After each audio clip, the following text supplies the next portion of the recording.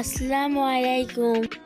আজকে আপনাকে দেখামু ফুলকপির ডাটা ফালাই না দিয়া কেমনে ভর্তা করে খাওয়ান যায়।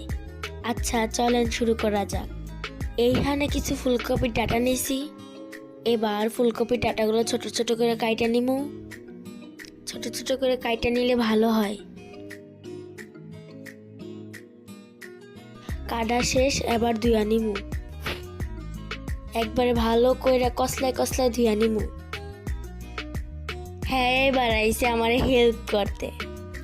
হ্যাঁ কয় দাও তো আমি একটু দুই নে দু, তুইও দু। এখানে একটু চিংড়ি শুটকিও নিছি। চিংড়ি শুটকি দিলে কি ভর্তাটা একটু মজা হইব। চিংড়ি খুব আমার পছন্দ। প্রথমে চিংড়ি ভাইজা নিতাছি। এবার ফুলকপির ডাটাগুলো ভাইজা নিতাছি।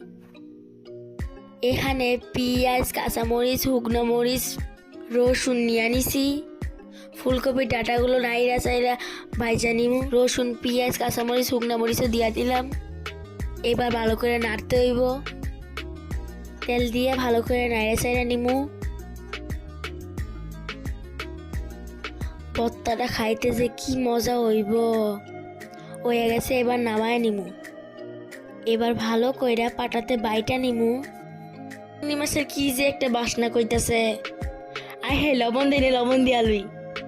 লবণটা না দিলে টেস্টটাই জমতো না। আজকে ভর্তা দিয়ে পেট ভরে ভাত খামু। ভর্তা আমার খুব পছন্দ। ভর্তা আমাকে রেডি। মাছ গুস্তের থেকে ভর্তা খায় দেখবেন হেভি মজা। আজকে তাই যাই, আবার নতুন ভিডিও নিয়ে আমুনে। আল্লাহ হাফেজ।